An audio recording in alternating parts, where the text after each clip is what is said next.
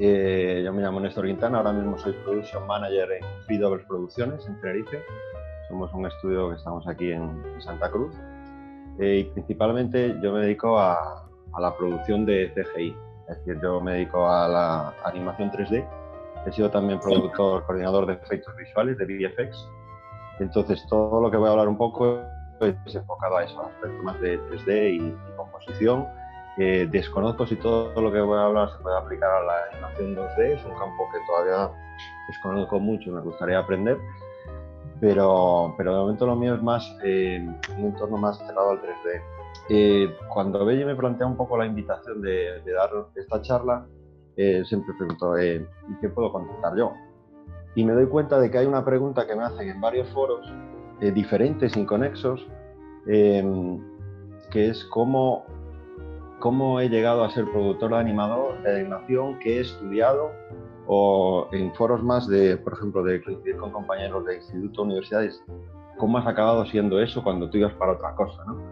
Entonces, mi currículum es un poco una ensalada de cosas, un poco potaje, entonces es un poco difícil explicar la trayectoria. Voy a intentar ir muy rápido y dejar un poco las claves de cosas que veo que puedo aplicar en el día a día como productor, de cosas que me han ido pasando a través de otros roles, y a ver si me da tiempo y doy unos pequeños tips al final, o consejos o filosofía de la producción, un poco de las cosas que vemos diarias, de las particularidades de la producción de animación, que realmente no es tan similar a la producción de rodaje, me parece a mí, en mi opinión, y es más vinculada quizá a cosas como la postproducción. También es un poco porque yo vengo de la postproducción de los VFX.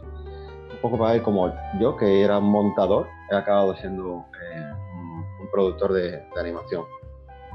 Lo primero es algo que parece circunstancial, pero para mí creo que no lo ha sido, que es que yo soy de A Coruña. Entonces, yo soy de A Coruña ciudad, ahí nací, ahí me crié, ahí estudié en colegio, instituto, y lo que parece que es circunstancial yo pienso que no lo es, ¿no? Porque es una cuestión quizá psicológica en el entorno en el que vives. En Coruña se produjo la primera, bueno, hay una polémica si es la primera o no, vamos a decir la primera película de animación 3D hecha en Europa, que fue El Bosque Animado, por la productora, por el estudio Digra. Más o menos en el entorno en el que vives sabes que eso está ocurriendo. Entonces, si eso no lo tienes ahí presente, no entiendes, en un entorno no recibes información a través de medios de comunicación, a través de otras cosas, de esto, pues se te queda un poco más, ¿cómo decirlo?, ajeno a tu entorno. Es una cuestión de, si en tu mundo no existe eso, nunca te vas a plantear eso. Nosotros lo sabíamos, siempre quedaba ahí. Entonces, la normalidad del mundo es que sí que hubiera una producción de animación, y a lo mejor en otros sitios esto no se estaba produciendo. También había otra cuestión, que era la Escuela de Imaxe de A Coruña, que es una institución que está ahí, que en la que yo acabé estudiando. Siempre ha tenido cierto prestigio, sobre todo en los 90 era muy conocida porque estaba proveyendo de muchos profesionales a las televisiones privadas. Entonces, claro que no, en Coruña había como un ambiente siempre relacionado con la postproducción, la animación, ¿no? Pues en este momento que estás estudiando, llega un momento de la vida, ¿no?, que te dicen que quieres ser de mayor y tienes que ver cómo vas, ¿no? Entonces vas a charlas orientativas y demás. Y mira, a mí lo de imagen y sonido tuve oportunidad de verlo, me interesaba mucho, pero al final acabé enrolándome en la universidad. Me apetecía un poco salir de Coruña, me fui a Pontevedra a estudiar publicidad y relaciones públicas. Entonces yo de carrera, si la pregunta es esa, yo soy publicista. No es una carrera directamente linkada con la producción. Ahí pues eso, en publicidad había un montón, una variedad de asuntos y de asignaturas a tratar. Yo empecé a descubrir la radio, estuve muy vinculado a la radio en determinados momentos. Me encanta. Tuve la oportunidad de hacer unas prácticas en el departamento de publicidad de una radio local, bueno, de la delegación de una radio nacional en Coruña, mejor dicho, y ahí es el primer toque de atención, ¿no?, de la realidad, que es la teoría versus la práctica. En la teoría te dice que las necesidades comunicativas del cliente, que si la creatividad es muy importante, y te encuentras una práctica de un jefe comercial que te dice: no quiero que emplees más de un minuto en redactar una cuña y quiero que salgas y traigas publicidad contratada. Con 19 años patearte un pueblo para intentar conseguir patrocinadores para un programa de radio local sobre las fiestas de ese pueblo, pues te das cuenta de lo duro y lo importante que es vender en el sector de la comunicación. Es decir, es el trabajo comercial, o sea, los productos son... Vamos, es difícil encontrar eso. Ahí es algo que se me ha quedado, y siempre tienes que tener en cuenta que, aparte de todo el trabajo artístico, el trabajo de ventas, de financiación, es muy duro y es muy importante. Sin eso no habría otras muchas cosas. Bueno, esto era una parte de la carrera. Sigo ahí en la carrera, entro en contacto con el diseño gráfico, aprendo CorelDRAW. En aquel momento estaba CorelDRAW, Freehand y otras plataformas, Photoshop. Pues yo entro un poco por ahí en contacto con ello, con mis cositas. Esto me permite hacer trabajitos por aquí, por allá, unos panfletitos, unos carteles. Entro también, al final de la carrera, entras ya en los laboratorios audiovisuales, que era una parte que me interesaba mucho. Y ahí aprendo, entro en contacto con el montaje, por un lado, lineal, es decir, un sistema muy arcaico que teníamos en la facultad, que era el de consola, el de cinta a cinta, con unos super VHS, en el que si te equivocabas, si tenías que rehacer, volver para atrás, perder generaciones. Pues aprendo eso, y al mismo tiempo veo el cambio de montaje no lineal. Entro en las estaciones de montaje más digitales. La filosofía es un poco la misma, pero todo el entorno es diferente, es mucho más seguro. Aparece el Speed Razor, aparece también el Avid Express, y entro en contacto con todo eso, con la distribución de carpetas, con la distribución de archivos. Entonces eso ya entra a ser un poco más profundo, ¿no? Y al final de la carrera, pues yo tenía un proyecto de carrera. Al principio todo estaba enfocado para que lo hiciera de la radio, ¿no? Un poquito de todos los trabajos que vas haciendo, los recopilas, los sumas un par de cosas y lo sacas, pero ahí, digamos, pensé que era la única vez que tenía oportunidad de hacer un proyecto de investigación en ciencias sociales, que quizá me tenía que mover más por una motivación, ¿no? Y yo tenía un interés especial en ciertas partes de cine de género, y decidí investigar cine de género británico de los años 60, 70, y aprendí muchísimo. Pues salí un poco de la zona de confort que tenía y me planteé de cero, me puse a investigar y aprendí muchísimo. Aprendí, yo creo que aquí, dos cosas principales que me sirven para el día de hoy. Uno, que el fenómeno del cine es un fenómeno comercial, industrial, que está muy linkado a una sociedad y a una economía y a un momento determinado. Y tiene sus motivos y el porqué. Y eso lo vemos todos los días. El negocio de cine tiende, pues ahora mismo estamos viendo, por ejemplo, que todos son secuelas, precuelas, spin-offs. Tiene un motivo. Supongo que con perspectiva alguien lo linkará a algún motivo, en especial de medios de comunicación, de entorno. Y también aprendí otra cosa que me parece muy importante, que es que el mejor productor es el guionista y el mejor guionista es el productor. El trabajo de guión es fundamental a la hora de concebir las ideas y los proyectos. Y los productores tenemos que saber un montón de guión y los guionistas tienen que saber un montón de producción. Aunque a veces no es así, a mí me parece que es un punto muy importante para que los proyectos sean exitosos. Y cuando digo exitosos, digo que se saquen a tiempo, conforme al presupuesto, y generen los beneficios que esperas. No exitosos en otro sentido. Bueno, acabando la carrera, pues como se me daban un poco más las asignaturas por ahí, más del tema comercial, de marketing y tal, tenía unas asignaturas colgadas, me metí en unos cursos que había en Coruña, de centro privado, que eran unos cursos largos, creo que eran como 350, 360 horas de cámara, guión y postproducción. Ahí pues tuve oportunidad de iluminar las cosas, me encantó colaborar con coleguitas en cortos iluminando. En guión, pues es una pasión, o sea, me encanta el guión, entender los puntos de giro, los actos y demás, los personajes es una cosa fundamental, la historia es lo que va a ver la gente al cine, no va a ver las técnicas, esto lo dice Lasseter, si no me equivoco.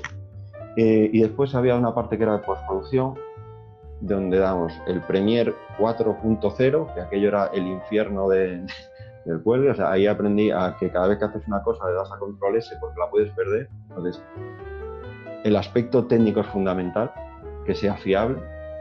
Ahí aprendí un poquito de After Effects, que era una postproducción mucho más avanzada de la que yo conocía y las posibilidades que había, y entré en primer contacto con el 3D, con un poquito de Lightwave, un programa muy marciano para el 3D visto hoy en día. Dirigí mi primer corto y me lo tuve que autoproducir, ¿no?, con los recursos de esta academia. Y ahí fue cuando dije una cosa muy tajante, que si hay algo seguro en mi vida es que no me voy a dedicar a la producción. Y visto en perspectiva, lo que he aprendido es que no hay cosas tajantes en la vida, y sobre todo si te dedicas a audiovisual. La cosa está un poco fastidiada de trabajo por allí en Galicia. Seguí estudiando, me metí en la escuela de Max y Son, como dije antes, a estudiar realización. O sea, yo soy, por un lado, licenciado en Publicidad y Relaciones Públicas, pero por otro lado soy técnico superior en realización. Mi rama principal está vinculada con el montaje, la postproducción y la asistencia de dirección. Ahí, pues eso, en la escuela de Max y Son, en el módulo, pues dirijo mi segundo corto, lo escribo, lo monto, gestiono el equipo. Descubro una cosa que había en aquel momento, que era el multimedia, que si páginas web con algunas nuevas aplicaciones, CD-ROMs interactivos, había cosas por ahí. Y a la hora de hacer prácticas, pues yo iba un poco enfocado por ahí. La cosa se torció. La única empresa en Galicia en aquel momento que hacía cosas parecidas era precisamente Digra. Digra me dijo que sí a las prácticas, y a los 2 días antes de empezar dijo que no. Por lo visto ya estaba la competitividad en Digra, ya se encaminaban hacia el triste final que tuvo aquello, ¿no? Y tuve que reubicarme haciendo asistencia de realización en producción, bueno, en rodajes de publicidad, en una agencia de publicidad que había montado una pequeña productora interna, una cosa un poco rara, ¿no?, que una agencia de publicidad tenga una productora interna para hacer sus spots. Y realmente, más que asistencia de realización, hablé que hice localizaciones, algún casting y demás, lo que hice fue asistencia de producción en rodaje. Esa es la primera, yo considero que es la primera experiencia propia en producción, y no iba para ello, pero me encontré con ello. A mí sí se me han caído pues termos enteros de café por el coche, viendo por ahí a sitios pequeños con sitios con curvas, y aprendes cosas, ves el entorno de un rodaje profesional, y eso fue muy importante más adelante. Entro un poco en el ciclo de la postproducción, entro en pequeñas productoras haciendo vídeo publicitario, vídeo institucional, vídeo industrial, ¿no?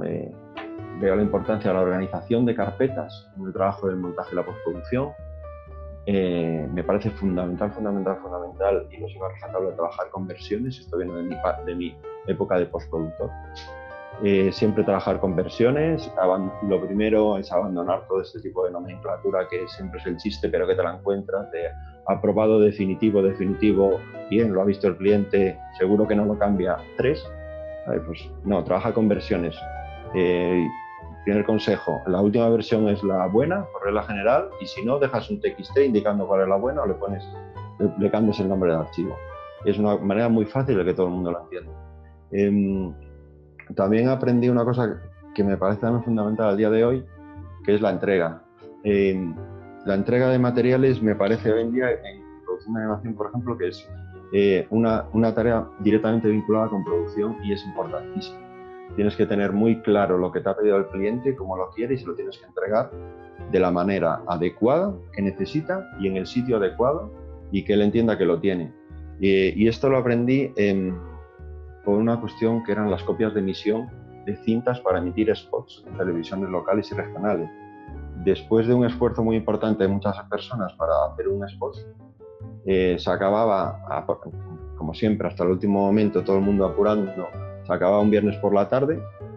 Tenías que lanzar una copia de emisión a un magnetoscopio, lo podías hacer replicando desde la máquina o lo que fuera, pero la cinta tenía que estar bien, tenía que seguir los parámetros que te indicaban cada una de las televisiones, y si esto fallaba, te podían devolver la copia de emisión. Un viernes por la tarde tú lo hacías, llamabas al mensajero de urgencia, lo llevaba a una televisión, y si era para emitir en la previa del partido de fútbol del sábado y te la devolvía, era un problema mayúsculo. O sea, la entrega es importantísima. no por ser el último paso y parecer fácil, es menos importante. De hecho, es vital que tenga la gente las cosas como necesita en el momento de necesitarlo. Y eso, hoy en día, la producción de animación, yo pienso que es una de las tareas principales de los productores, y asegurarnos de llevar un control sobre ello.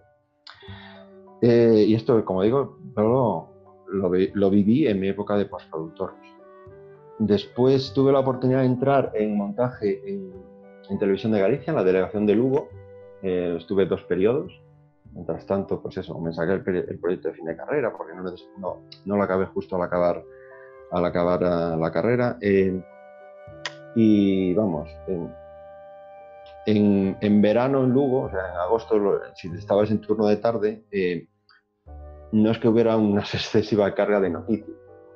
Entonces yo lo que me puse una vez fue a leerme todos los manuales de todos los equipos que había por allí. El mezclador, la tituladora pequeña, los magnetoscopios. Se podía haber estado viendo la tele, porque estaba de guardia, pero lo hice. Entonces lo que ocurrió fue que en uno de estos periodos en los que estaba, cambió el gobierno de la subdelegación. Y uno de los cambios que decidieron fue cambiar la imagen corporativa de Televisión de Galicia, darle un giro a la tele, cambiar platós, bueno, refrescar la imagen, ¿no? Tenía su lógica. Había que cambiar todos los parámetros de printers, de rótulos, de cortinas, de cositas. Y pues allí, ya que yo me había leído todo, manejado After Effects, pues me puse con la tituladora a hacerlo yo. Entendí por qué fallaban ciertas cosas, porque es que era un negro puro, entonces la señal electrónica no se distingue. Después no te hacía caso a nadie, pero más o menos sabías dónde estaban los errores y fui capaz de implementar en la pequeña tituladora que teníamos allí toda la nueva imagen corporativa del canal, simplemente por haberme leído todos los manuales. Con esto lo que quiero decir es que es una filosofía que yo sigo. Siempre hay que lanzarte un reto a ti mismo, no acomodarte, buscar respuestas, y si nadie te las da, pues a lo mejor tienes que buscártelas tú. Y conocer las herramientas con las que trabajas es muy importante, sea eso, unos manuales de unos magnetoscopios o software que manejas. Con esto que pasó, que Televisión de Galicia Central en Santiago utilizaba grafistas, operadores de gráficos, y claro, yo me había pegado con estos gráficos en la delegación de Lugo y dije, pues mira, me apetece probar lo de los gráficos. Venía de After Effects y venía de postproducción y casi pues, me apetecía. Y entré. O sea, ahí, gracias a este pequeño detalle de haberme leído cosas, haberme pegado, pues me surgió una oportunidad profesional. En Santiago estuve bastante tiempo, empecé como grafista, también pasé por montador, operador de VTRs en control, y hice muchísima televisión en directo. Y esto me enseñó 2 cosas principalmente: estar muy concentrado en el trabajo en determinados momentos claves. Si fallas, no te martirices, da igual, ya lo hablarás después del programa, el directo no se para, no se puede perder la concentración y que hay que seguir siempre adelante. Aprende por qué fallaste en ese momento y aumenta la concentración o lo que haga falta. Evita los errores, en directo no tienes colchón. Lo que pasa, pasó, pero no te martirices por ello. Y la manera de que no pasen errores es estar prevenido. No sé si alguien ha trabajado en televisión aquí, en control de directos, y verás, como todo el mundo canta prevenido, se cuentan, hay cuentas atrás de tiempo, pues para que cualquier reajuste, las escaletas cambian sobre la marcha. Esto puede ser muy follón, especialmente en días especialmente fuertes de noticias. Hay que estar prevenido. Y cuando estás prevenido, te puedes adaptar a los cambios. Si no estás prevenido, te viene un cambio, te pilla todo. Una cosa de los que pasa. La situación en las televisiones autonómicas, ya un poco los que somos de aquí de España, yo creo que todos las conocemos, cada uno en su región, cómo explotó el asunto. Yo ya estaba viendo un poco la crisis y no estaba nada contento con lo que pasaba por allí, y me estaban ofreciéndome cada vez contratos más precarios, ¿no? A pesar de ser una empresa pública, llevaba como mucho tiempo trabajando allí, me ofrecían becas y cosas así. Y decidí pues irme a Londres. Me fui a Londres un poco a aprender inglés. Llevaba tiempo estudiando inglés a Santiago y me voy a Londres a buscarme la vida unos mesecitos, a aprender inglés, y creo que fue una de las mejores decisiones que tomé en mi vida. Porque para la producción de animación, yo lo veo al día a día, el inglés es fundamental. Es algo que realmente os tenéis que interiorizar. No es tan difícil. Hoy en día es muy fácil. O sea, yo en Londres no fui a ninguna academia. Hice el curso de inglés de hablar con los compañeros de piso. Tuve mucha suerte con la gente con la que viví, especialmente el primer año. Curso de inglés de cómic, videojuegos y televisión. Y eso me resultó fundamental. Me dediqué a cosas varias, ventas, marketing de preventas para cosas tecnológicas, y tuve un trabajo que fue probador de videojuegos. Probador de videojuegos de localización, lo cual suena muy bien, pero no está bien. Ahí principalmente lo que aprendí fue a reportar.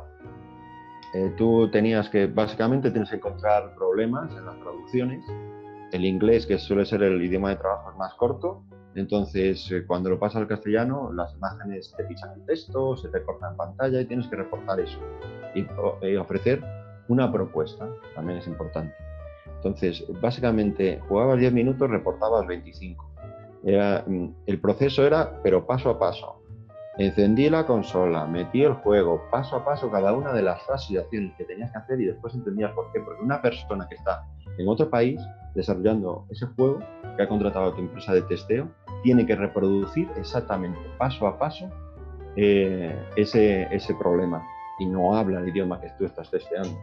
Entonces, reportar con precisión es fundamental para la resolución de problemas. Eso es lo que aprendí ahí. Bueno, volví a Galicia después de esta etapa. Tenía un contrato de verano de Televisión de Galicia, ya la cosa explotó definitivamente. Y ya en el momento de crisis, pues tomé una decisión que fue pues, pedir un crédito, ayuda de la familia, además, pues me fui a Madrid a estudiar el máster de efectos visuales de la UTAD. Por ser de Coruña, allí están Mundos Digitales. Un día me acerqué a hablar con la gente de la UTAD, estaban presentando la primera edición de este máster, y hice esta apuesta. Un poco de ahorros, como digo, viví un poco más apechugado. Y yo principalmente, los efectos visuales, yo iba para compositor. A mí yo venía de ATF, de la postproducción, me gustaba mucho esto, el New, y lo que aprendí fue eso, a manejar New, pero también aprendí Maya, un montón de asignaturas de efectos visuales basadas en 3D. Es decir, yo sí manejo Maya, o sea, no me lo hagáis hacerlo hoy en día porque la puedo armar, ¿no? Pero sí me he abierto Maya, sí entiendo lo que son outliners, sí entiendo lo que es un hypershade, sí entiendo la complejidad de los nodos, las distintas atribuciones. Allí, importantísimo, estudiamos una cosa que para producción me parece fundamental, que es saber de render. Todo lo que pasa en el 3D acaba en render. El primer modelado tiene que ser consecuente con el render con el que se va a tirar. Un poco viendo los distintos perfiles que teníamos los compañeros, pues eso, trabajas en equipo, en prácticas y demás. Un poco fui viendo que me interesaba la visión global del proyecto. También me lo decían que a lo mejor podía tener ese perfil de ver la totalidad del proceso y no concretamente centrarme en un proceso artístico determinado. Hablaba inglés, tenía experiencia en pitching por haber estado en realización. Tenía una serie de cosas que me indicaban que podía ser una salida profesional a la producción de efectos visuales. Allí se estudiaban tres asignaturas, creo que teníamos una de producción y dos de pipeline, una con Isidro Jiménez y otra con Bruno Muniesta, donde se aprendían un montón de cosas técnicas. Entender el proceso de trabajo, como la consecución de tareas en 3D, es una cosa fundamental y es muy importante. La visión global de los proyectos de 3D, te das cuenta que apenas lo tiene el departamento de producción, quizá alguien de editorial, y a lo mejor no la tiene ni el director a ver. Y yo pienso que, visto en perspectiva, aunque no hace tanto tiempo, visto en perspectiva, yo pienso que este es mi valor añadido como productor, un poco mi fortaleza, el haber tocado máquina, el saber que una cosa se puede resolver en compo y no hace falta tirarla a 3D, el saber el problema que tiene un artista, concretamente cuando le pasan cosas y no sabe muy bien cómo explicarlo. Acabando este máster, pues vamos a buscar trabajo, y un día me sonó el teléfono, me llamó el Ranchito para hacer coordinación de VFX. Yo un día había estado en Mundos Digitales también, me había sentado en su mesa de recruitment diciendo: hola, me quiero dedicar a la producción de efectos visuales. Y dicen: eres la primera persona que nos entra por la puerta con ese argumento. Y la siguiente pregunta fue, ¿y hablas inglés? La respuesta fue sí. Entonces, para que veáis la importancia de ciertas cosas. Bueno, más o menos pienso que el Ranchito se conoce, pero voy a explicar un poco, ¿no? Es una empresa de efectos visuales que está aquí ubicada en Madrid, que hace proyectos internacionales y hoy en día está enrolado en proyectos importantes, ¿no? Como por ejemplo son muy conocidos por su trabajo en Juego de Tronos. Yo entré para hacer asistente de VFX en rodaje y coordinación de VFX. Entré y me dicen que voy a trabajar en la nueva película de Bayona, que es el presupuesto más alto que hay en efectos visuales en la historia del cine español, y que se trata de A Monster Calls, ¿no? Un monstruo viene a verme. Se rueda en Inglaterra, pues me voy a rodar, pues eso, en la parte que se rodó en Manchester, saqué mucha fotografía, hice mucho de asistencia, una especie de asistencia de VFX con una mezcla de producción, muchísima asistencia al supervisor. Tuve que hacer toda la preparación de prepo, es decir, la evolución del rodaje, la evolución de la preproducción para el rodaje, mucho desglose, mucho apoyo a la supervisión. En aquel momento Ranchito no estaba en los proyectos en los que después se enroló. Yo vi el crecimiento de la empresa, de ser 25-35, depende un poco del proyecto, a ver cómo acabaron en 90 personas trabajando en proyectos muy estresantes y con varios proyectos al mismo tiempo. En principio iba a hacer gran parte del rodaje como asistente de Un monstruo ven a verme, pero hay cambios, ahí aprendes todo, cambia mucho, los calendarios cambian mucho en rodaje. Ya me centré en lo que era coordinación de VFX, ¿no? Me quedé en oficina y me dediqué a coordinar los VFX en un proyecto, por ejemplo, con un proyecto pequeñito que le tengo pues, especialmente cariño, que es un título que se llama Staten Island Summer. Este proyecto era con la gente de Saturday Night Live, tenía un proyecto para Video on Demand, y lo que pasa es que aquí aprendí que a veces tu deadline interno es más importante que el deadline externo. Quiere decir, que tu equipo acabe para que se le encaje tu timing dentro de los distintos proyectos del estudio es más importante que el deadline que tiene el cliente, porque a lo mejor puede no tenerlo. Esta gente, pues eso, trabajaba cuando podía en la película, estaban muy centrados en televisión y había que lidiar con ellos y hacerles ver que tu deadline, que si no siguen tu deadline, ellos tendrán problemas para conseguir la película el día de mañana, porque tú no vas a poder dárselo. Entonces les convences de que ahora es el momento de cerrar cosas, ¿no? Trabajé en otros proyectos, fue Regresión de Amenábar, fue toda una escuela de muchas cosas. Principalmente también trabajé en un proyecto que se llama Resucitado, una película bíblica, muchísimos efectos, todo el proceso fue una de mis labores principales. También hice otras cosas, ¿no? Apoyé mucho el comienzo de preproducción de Juego de Tronos y otra serie de proyectos. Incluso, debido a mi perfil, pues metía mano a lo mejor en alguna compo que veías que habían escupido sin mucho cariño antes de presentarse al cliente. Te introducías en el mundo de DaVinci Resolve para entregar materiales al cliente sin necesidad de tener super picos dentro del equipo de editorial. Apoyabas mucho a los artistas cuando los supervisores estaban fuera de oficina. Eso es verdad, estabas con ellos, dudas artísticas, intentabas comprender sus dudas, transmitirlas, incluso generarles ideas. Lo mejor de Ranchito pues, fue realmente el equipo de producción con el que me encontré, las compañeras. Genial, pues Helen y Carol fueron unas auténticas maestras y profesoras de muchísimas cosas de la vida y de la producción. Fue un gustazo entrar en aquel momento en aquel equipo inicial de producción, me acogieron muy bien y me dijeron una frase que yo también la aplico todos los días, que es que producción es casa, ¿no? Ahí los productores nos cuidamos mucho, compartimos muchas cosas durante muchas horas, a veces las relaciones con los artistas y con los supervisores, los clientes pueden ser un poco tensas, ¿no? Es una cosa normal de la producción, pero que dentro del departamento de producción, si hay tormenta, te metes en casa hasta que pase el chaparrón y era un poco una idea que yo intento seguir aplicando en el día a día. Yo agradezco muchísimo, de verdad, cómo me recibieron allí, viniendo, como digo, de un pasado, pero que era una ensalada. Tenía muchas tareas que hacer, ¿no? Principalmente en VFX yo veo que tienes 3 campos de trabajo. 1, la coordinación de tareas, trabajo de coordinación diaria. 2, apoyo a supervisores. Muchísimo de apoyos, más relacionado, como digo, a una producción más tradicional como puede ser de rodaje. Y comunicación con el cliente es otra carga de trabajo altísima.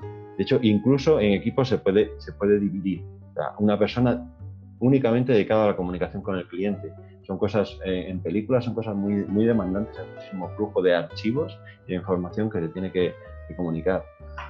Apoyábamos en negociaciones de contratos, generación de documentos para presupuestos, desgloses, un trabajo de producción que siempre hay que hacer, calendarios, recepción y envío de materiales, como digo, fundamental.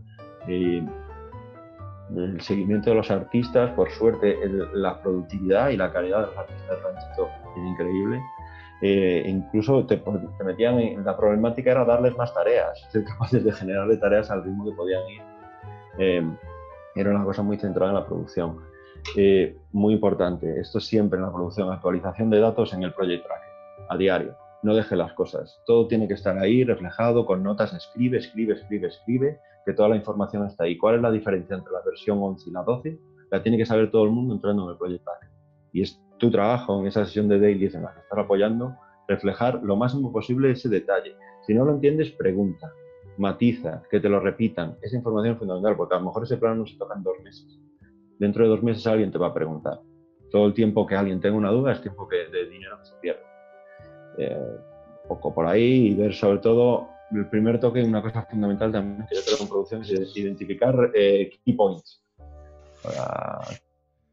Aspectos fundamentales que el cliente a lo mejor no sabe que los necesita, pero tú tienes que hacerle ver que los necesita, que te aclare cuáles son las prioridades, que te aclare trabajos complicados que te van a llevar más tiempo para planificarlos en tiempo, en vez de que sean puntuales.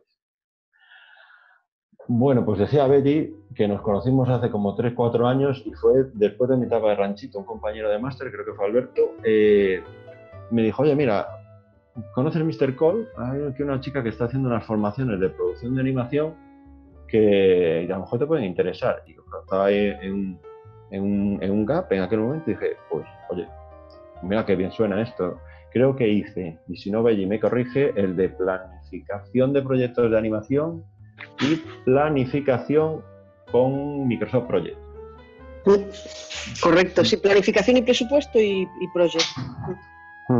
Pues los dos utilísimos. Ahí es cuando entras en contacto ya con la animación, empiezas a escuchar a Belli hablar de cuotas, de gente, de presupuesto, de casillas de Excel, que multiplican todos estos factores, te lo explican muy bien para que lo veas en un diagrama de Gantt, en un project, donde ves la consecución, entre la consecución de las tareas y cómo encaja, como si meto muchos riggers me como el modelado, si meto muchos animadores me como el layout, a lo mejor tengo que encajar las piezas de otra manera y el dinero se tiene que mover entre departamentos y aparte del dinero las tareas se tienen que acabar en una determinada fecha porque tienen una incidencia directa sobre otra, que incide sobre otra y al final todo le cae al pobre chico de compo, porque también tiene derecho a su tiempo de trabajo para que la consecución sea la adecuada.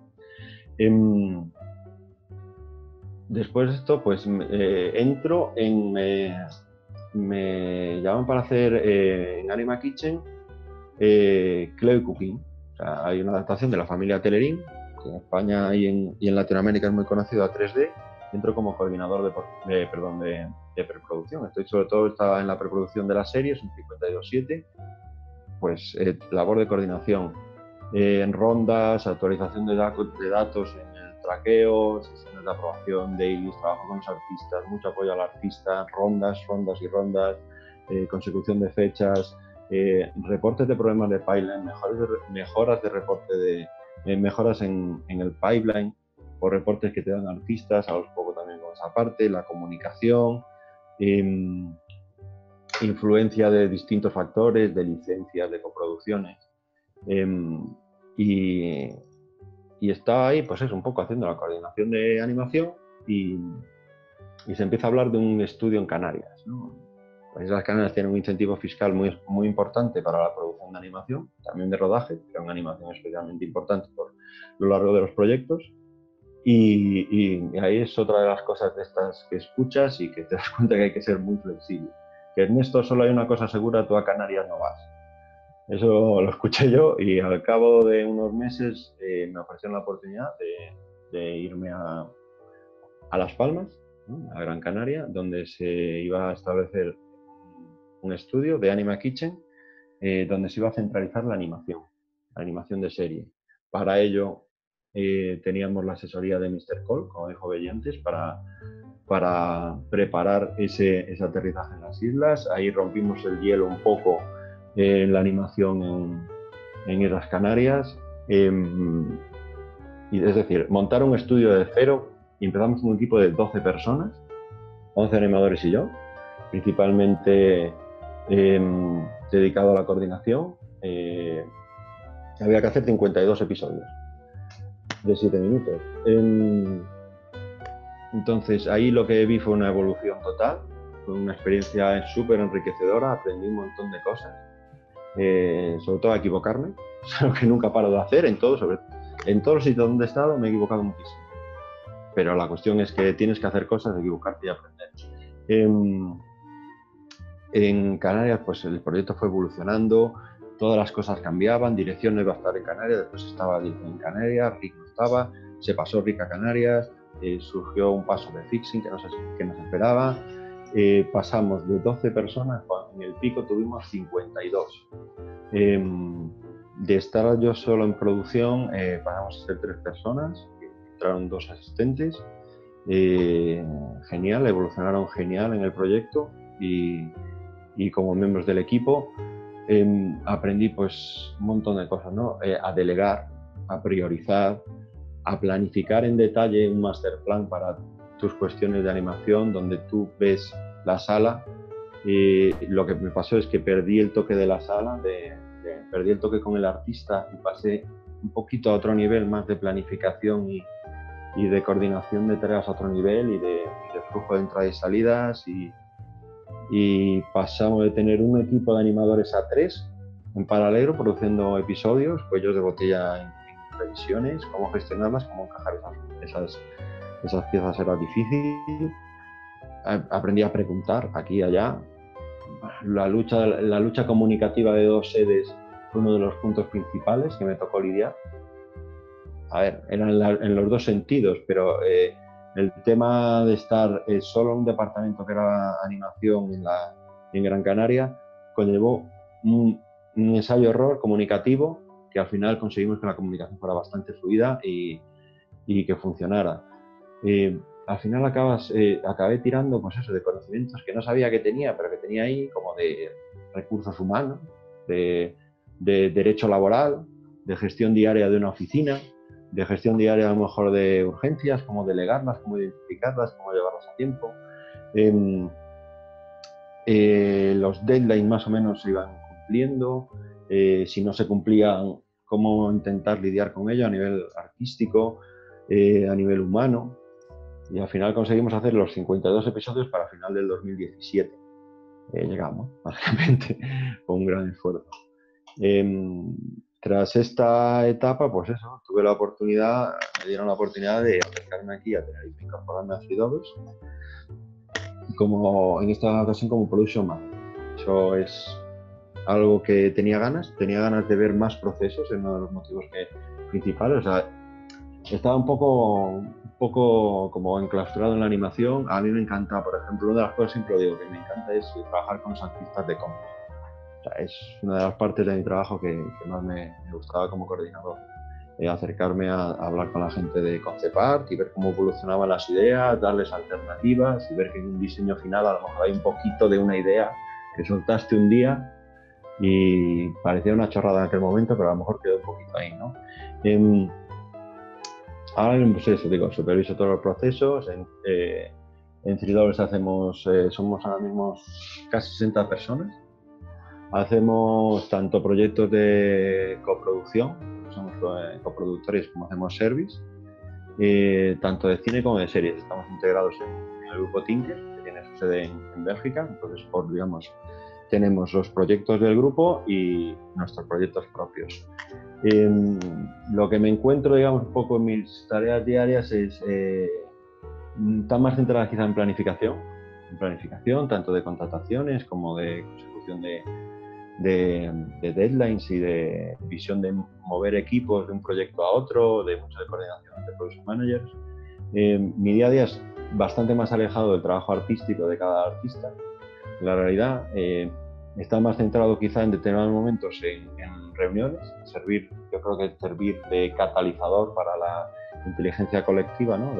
del equipo, en generar un poco de know-how y de workflow del departamento de producción y de la empresa en general, y la comunicación con el cliente deja de ser un poco de service para entrar ya más en aspectos de negociación. Pues si me mueves esto un poquito, a mí me encaja esto, entonces como tú estás retrasado, hazme este favorcito, porque yo así te lo puedo apañar y te lo consigo una semana más tarde. Te encaja a ti, te encaja a mí, ¿no? Un poquito por ahí. Y otra de las labores principales es también manejar un poco el día a día del equipo de producción aquí, antes lo estábamos comentando, tenemos perspectivas de crecer.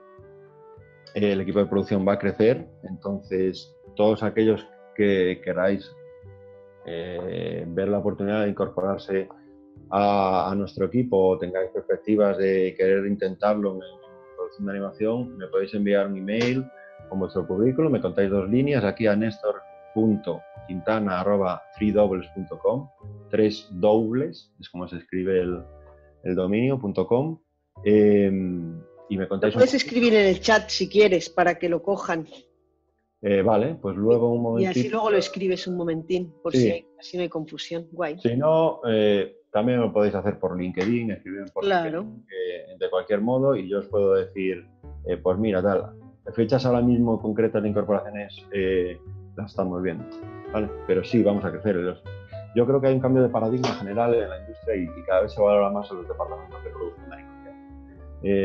La gente queda más especializada, no hay una formación, digamos, reglada, oficial para ser productor de animación. O sea, tenemos a Bella haciendo cosas, tenemos ahí a otra gente puntualmente, pero yo pienso que ahora mismo hay un pico de demanda porque se demuestra que si se invierte en equipo humano de producción, las cosas salen y salen mejor y más baratas.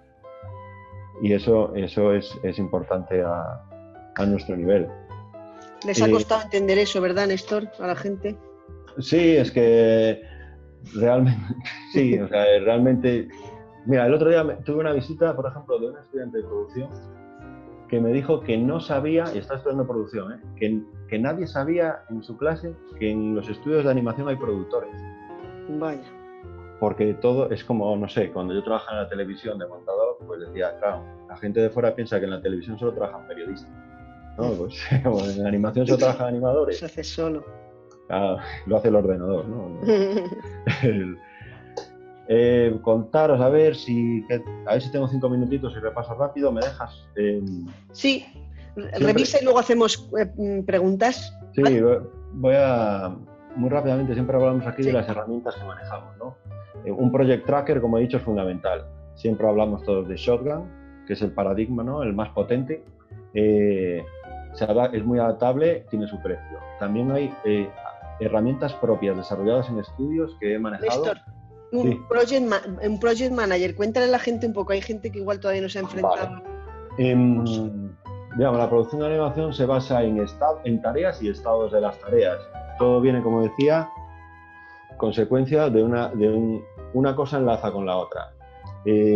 Tú tienes que saber en qué estado está cada tarea porque hay una persona que la va a necesitar en determinado momento. Es decir, si alguien tiene que diseñar una cuchara, es porque alguien tiene que modelar una cuchara, alguien rigará una cuchara para que el artista de layout lo ponga, y seguimos así, pasa por animación, se ilumina y al final, como he dicho, muy importante, acaba en render. Cuando esté previsto que se tiene que empezar y acabar cada una de esas tareas, tiene que reflejarse en un project tracker, en un software de gestión que realmente después te hace unos reportes que te indican desviación de tareas, peligros y te permite hacer reajuste. Si algo tenía que haberse empezado y no se ha empezado, hay que conseguir la información por qué no se ha empezado. ¿Le falta al artista algo para empezar? ¿No sabe el artista que tiene que hacer eso? ¿Sabe el artista cuándo lo va a tener que entregar? ¿Se lo vas a recordar? Es un poco... está en marcha, está en revisión. ¿Lo ha visto? Es otra cosa importante. ¿Lo ha revisado la persona que lo tiene que revisar?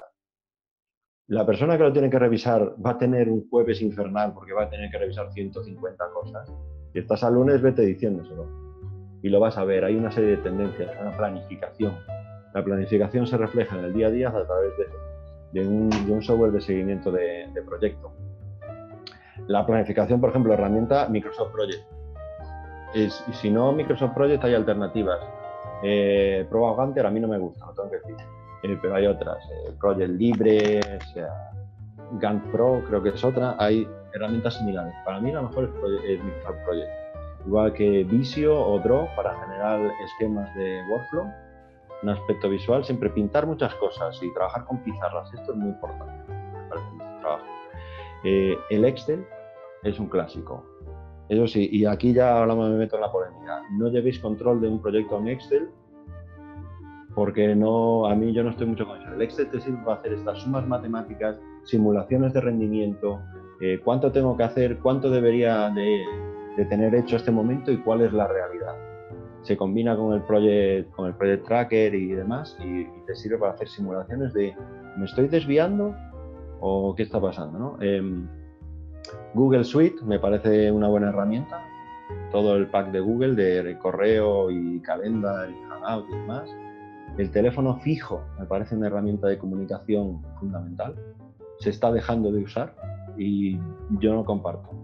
Es mucho mejor teléfono fijo que un teléfono móvil y un Skype. Porque es mucho más directo. Para un Skype, o sea, todos los minutos que se tira, ay, no te escucho, que te escucho, ¿dónde estás? No me coges, estás en el chat. La gente no es tan disciplinada con estas cosas. Todo el mundo tiene mucho lío. Un software muy útil es el Screencast, si no recuerdo mal el nombre, que es para grabar briefings, grabar sesiones de training, grabar Skypes, videoconferencias. Se llama Screencast. Vale, creo que es muy baratito. Y para mover archivos, pues a mí me gusta especialmente trabajar con SFTPs y con Aspera. No me gusta mucho el Dropbox, por ejemplo, y no me gusta tampoco mucho el Drive, pero es una solución. Y ya un poco va a ir cerrando de cosas así de filosofía de la producción, me parece muy importante y fundamental, y yo siempre lo digo, decir que en producción trabajamos con gente. Nuestro trabajo es trabajar, después de todo esto de estados, tareas y demás, lo más importante tener en cuenta es que trabajamos con gente. No se produce delante de una pantalla, o sea, no se produce delante de un Excel, delante de un Shotgun. Nuestro trabajo es la gente. La gente está triste, está contenta, está motivada, desmotivada, rumorea, es un perfil más artístico, más técnico, escucha, es tímido, pues es un carota, pues hay de todo. Hay de todo. Lo importante es que nosotros acompañemos a la gente, que les conozcamos, que entendamos cómo son lo más posible, cuáles son sus fortalezas, sus debilidades, les ayudemos en sus debilidades y levantemos sus fortalezas. Levántate, pregunta, habla con la gente, acompáñales, haz muchas rondas de producción, especialmente ese trabajo de coordinación, pero no solo cuando las cosas van mal. Esto yo creo que es muy importante. Si tú ves en tu reporte diario de esto que hablábamos de las tareas, que alguien va desviado y solo te levantas para hablar con las personas cuando van en desviación, es negativo para el departamento de producción. A la gente le encanta decir que va bien y a ti te tiene que encantar que te cuenten que las cosas van bien, porque normalmente lo que ven a producción es que todo va mal, ¿no? Y realmente tampoco es así. Hay cosas que están bien, esa comunicación de las cosas que se hacen bien hay que levantarla. Hay que conocer al cerebro humano. Estamos hechos como estamos hechos para la supervivencia. Por lo tanto, tenemos preferencia por acordarnos de los aspectos negativos. Nos movemos con patrones de supervivencia, de miradas muy rápidas. ¿Qué más decir? El cerebro busca sistemáticamente patrones. Si alguien se bloquea, cámbiale los patrones cerebrales, llévalo a dar un paseo, tómate un café, ¿sabes?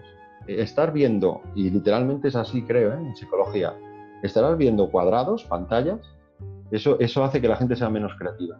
Si de repente se pone a ver otras figuras, la gente se vuelve más creativa, se desconecta, o sea, y se desbloquea.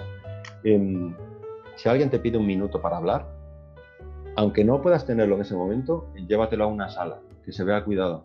Dale un espacio para que se suelte. Ese minuto hay que tenerlo. O sea, vale mucho la pena a nivel humano y de equipo.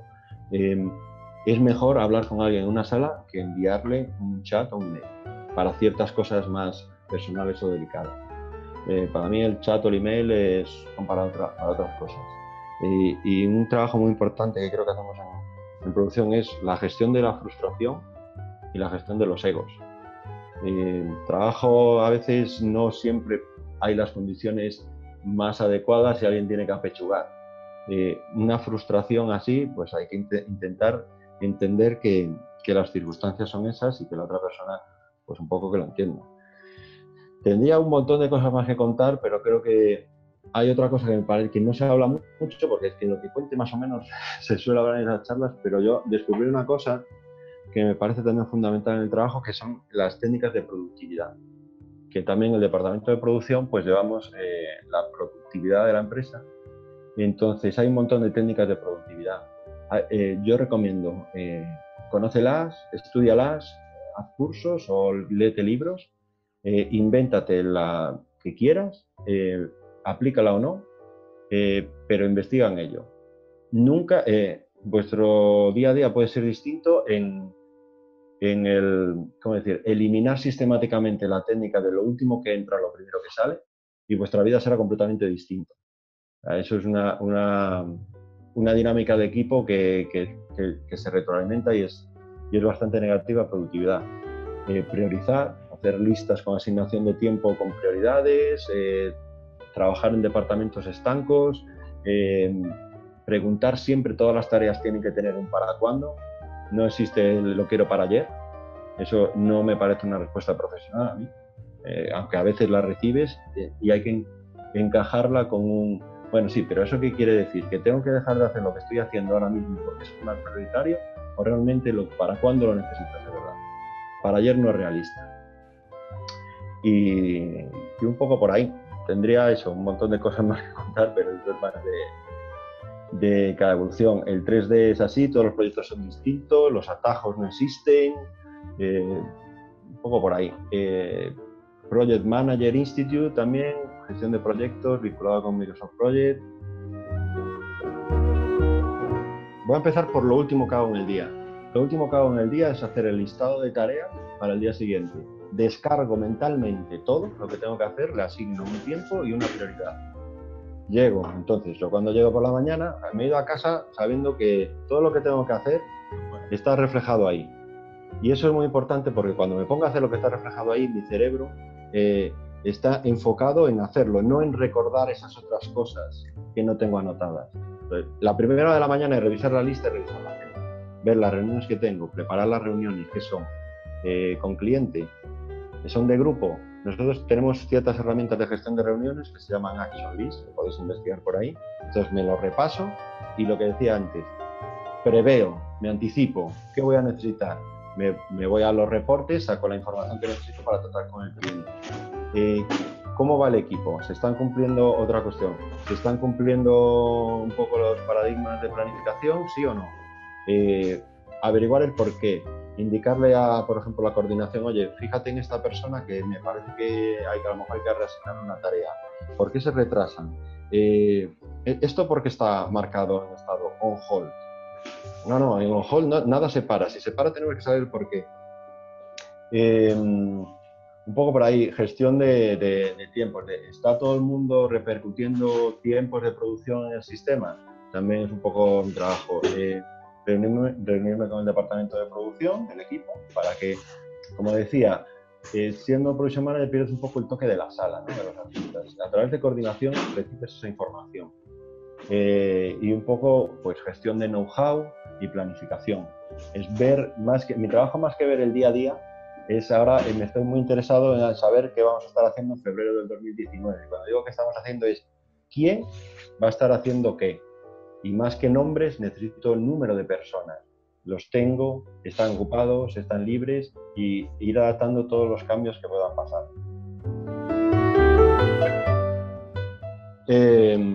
Me baso en tiempos de estimación de los supervisores. Yo creo que Bey también opina lo mismo. O sea, yo no sé lo que lleva a hacer un trabajo. Yo no sé si una simulación de una niebla densa lleva más o menos tiempo de una niebla menos densa.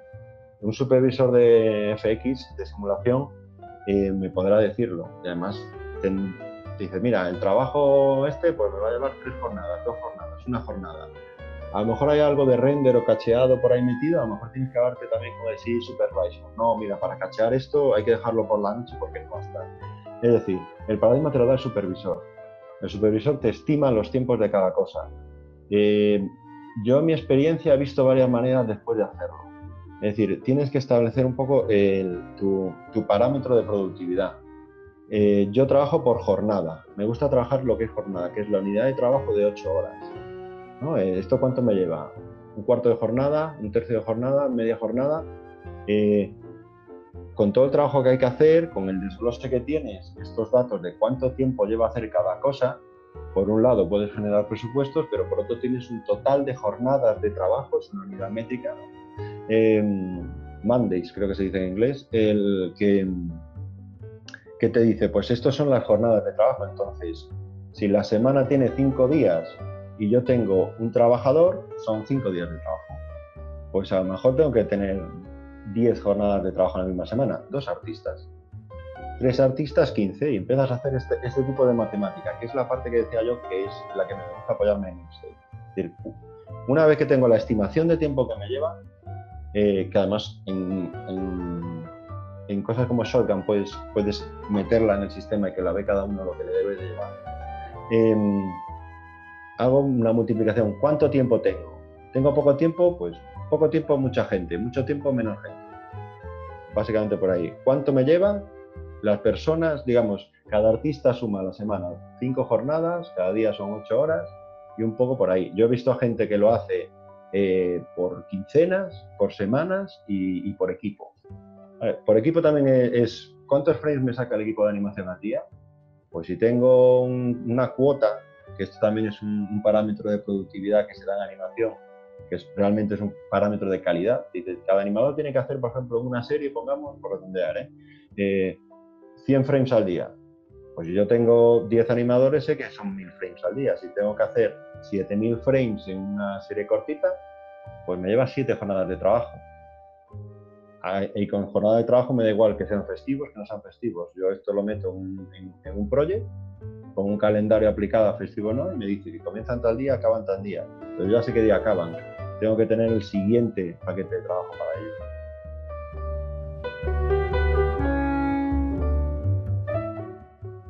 Pues mira, por supuesto, estudiar. Yo recomendaría, por un lado, en gestión de proyecto de Project Manager Institute. Esto se usa pues, para hacer barcos, edificios y demás, ¿no?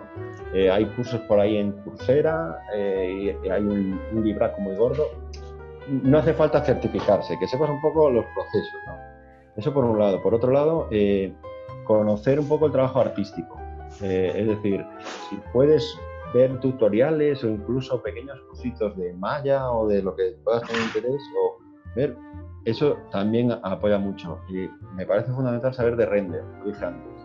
Render en 3D, o sea, para un productor que sepa de render, y render, lo que ahora se maneja dentro de 6 meses nos lo cambian y para nosotros, pero la filosofía, eso me parece fundamental. Mucho de organización y técnicas de productividad que decía antes. Todo esto, sobre todo es ver cómo una cosa se lleva a la otra, que lleva a la otra, que lleva a la otra, y que cada retraso conlleva o dinero que se pierde o desviación que tienes que ir aplicando. Prever es un poco lo que te podría recomendar. Después, por supuesto, entender un poco procesos de animación, cómo funciona un pipeline, y si tienes oportunidad de empezar en algún sitio, preguntar mucho. Quitarse la vergüenza, irse a hablar con el chico de pipeline. Mira, no tengo ni idea, es esto que me pones aquí. ¿Qué es? ¿Por qué es? Sobre todo, el porqué de las cosas. es algo que se pierde mucho. Yo recomiendo no sistematizar tareas. Si tú sabes el porqué de las cosas, tú mismo con el tiempo empezarás a generar alternativas y soluciones. A ver, si tú te sientas todos los días con los artistas, vas a conocer un poco cómo van. Por mi experiencia en producción, yo creo, y de vez en cuando lo digo en los equipos, nuestro trabajo es generar pensamientos divergentes. Y esto suena muy así, pero después también, no lo he nombrado, estudiar técnicas de creatividad también es importante. Decir burradas como templos a veces desatasca algo. Entonces, si alguien piensa de una manera, empieza a ofrecer alternativas. No critiques, sino alternativas. Siempre ofrece una alternativa, porque lo que nos pasa a las personas es que la primera idea que tenemos nunca es buena. Tenemos a lo largo del día un montón de ideas malas. Entonces, creo que hay gente que dice que a la 9ª idea que tenemos es la primera que consideramos buena. Pues es un poco por ahí. Ofrecer alternativas. Mira, esta reasignación que me pones aquí, esta otra persona a lo mejor está más calmada porque esta persona ha tenido mala semana, le apuras un poquito, a lo mejor no es el perfil que tú necesitas, pero si la acompañas sí va a salir. Es un poco conocer el trabajo sin necesidad de saber qué nodo tienen que mover en shading para que le funcione el difuso de no sé qué. No te hace falta, pero un poquito por ahí.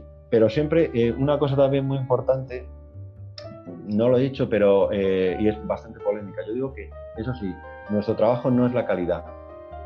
¿Vale? Esto la calidad es el trabajo de otras personas dentro del equipo. Nuestro trabajo es, realmente, y ahora me desdigo, sí es la calidad. Es que se haga tan mal como se ha pagado. O sea, es cruel decirlo, pero los artistas quieren hacerlo perfecto. Entonces, no puedes hacerlo perfecto. Uno, se lo explica, es una manera que lo entienda muy clara, es, si tú lo haces tan bien por este precio, nos van a pedir siempre esa calidad por este precio y no sobrevivimos. Tenemos que sacarle un 30% de beneficio a tu trabajo. Por eso tienes que sacarlo aquí. El parámetro de calidad, por ejemplo, en es una cuota, en Lighting también puede ser una cuota y en otras partes un poco más difuso. Ahí hay que encajar por ahí. Depende del proyecto. Normalmente sí, incluso pueden tener rango de coproducción. Yo tengo que decir que es una parte que no he estado muy metido nunca, en el sonido, músicas y demás. Normalmente sí trabajas externamente. Puedes tener un editor de sonido puntual que te pueda venir, porque realmente es un poquito puntual, o puedes tener unos editores de vídeo con altos conocimientos de audio. Normalmente sí, se puede trabajar en freelance, se puede trabajar en estudios. Realmente, con los proyectos tan internacionales que tenemos hoy en día, puedes estar trabajando en el estudio de doblaje en Los Ángeles y que el audio te lo hacen en Andorra y que después lo recibes aquí y tienes que hacer un pick-up de audio por un cambio de edición. Es un poco lo que decía, proyectos muy internacionales. Y me da pie tu pregunta a decir que los equipos de producción tienen que ser muy heterogéneos. Por ejemplo, yo como no llevo ahora mismo mucho esta parte, me interesaría, si me surge un proyecto en el que tengo que gestionar esto, tener un asistente o coordinador de producción con experiencia en la parte de sonido de música, porque el equipo, realmente, tu labor un poco coordinando el equipo de producción es que en tus debilidades tengas gente que tenga fortalezas. Y de esa manera, y la cuestión, por eso digo un poco el know-how de cómo hacer, es que se vaya completando el equipo de producción y el equipo en general. Si la pregunta es si está dentro de la empresa, normalmente se suele subcontratar, pero puntualmente sí se puede tener algo.